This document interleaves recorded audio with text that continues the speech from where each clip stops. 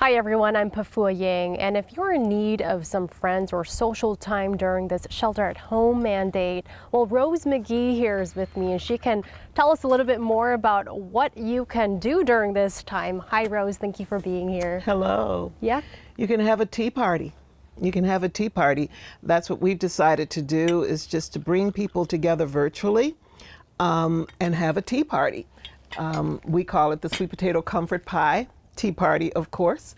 And it's a time when people can actually connect virtually.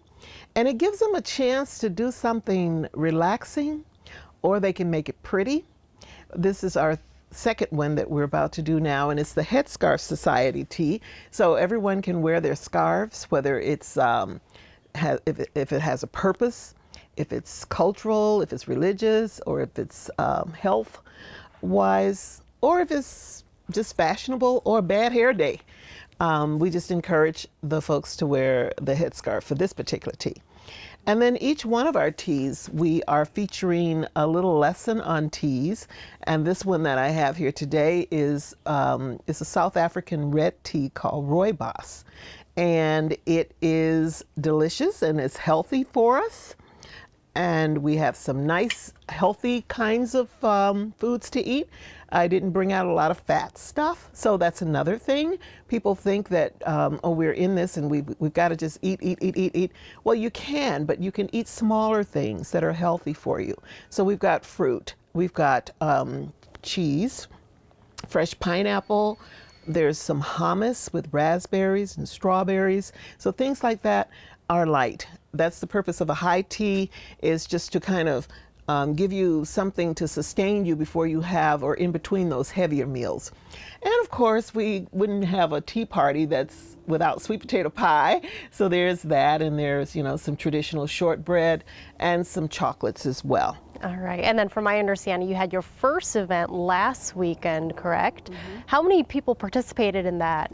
Well, by the time people finally got on, because it was our first time hosting, and we did have some challenges with our, logging on, particularly some people were nervous about coming on Zoom, and so we had to have special entrance, with password and so forth. So by the time we got them all, it was about 37, close to 40 people. And it's really good to have a number like about 50 or so. It's great, we can accommodate 100, but I really like the number like that, because then we get to hear from everybody and people get a chance to talk about why they have the hat on that they had on. Or last week it was share your favorite teacup. So people had all kinds of stories, everything from fancy stories to just a mug and the importance of that mug, and why, this was my daughter gave me this, and I'm so glad because right now I can't be with her because I'm so far, those kinds of stories. We had 3 generations. We had a mother, a grandmother, and a daughter, and the little girl was 7, and it was her first tea party. So imagine historically, she can say years from now, my first tea party was virtual, and they had their beautiful tea serving out, and it was just so lovely. And how long do the tea parties typically run? Well, for the virtual ones, we had it scheduled for an hour, but people were still really into it, so we went for 1 hour and 30 minutes. So we figure an hour and a half is long enough before people will probably get bored and start drifting off. All right, Rose, anything else you would like to say? Just that, whatever you can do to bring something that's meaningful, that you love into your life at this time is really important. I'm very meticulous about what I'm bringing in. I was very intentional about this vase. This vase my daughter actually gave me, and it says, "I love you, Mom." And having that really brings her close to me.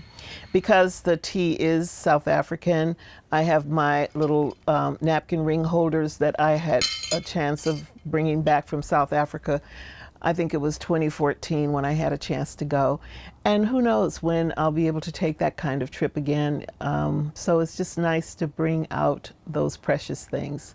Some people have talked about bringing out the china that was their grandmother's and things that have been passed down. And I encourage people to use these things. Stuff doesn't have to stay packed down. Use them. All right, thank you, Rose. And if you're interested, you can register at Sweet Potato Comfort Pie's website or their Facebook. Reporting in Golden Valley, Pafu Yang, CCX News. Find more local news stories at ccxmedia.org and follow us on social media.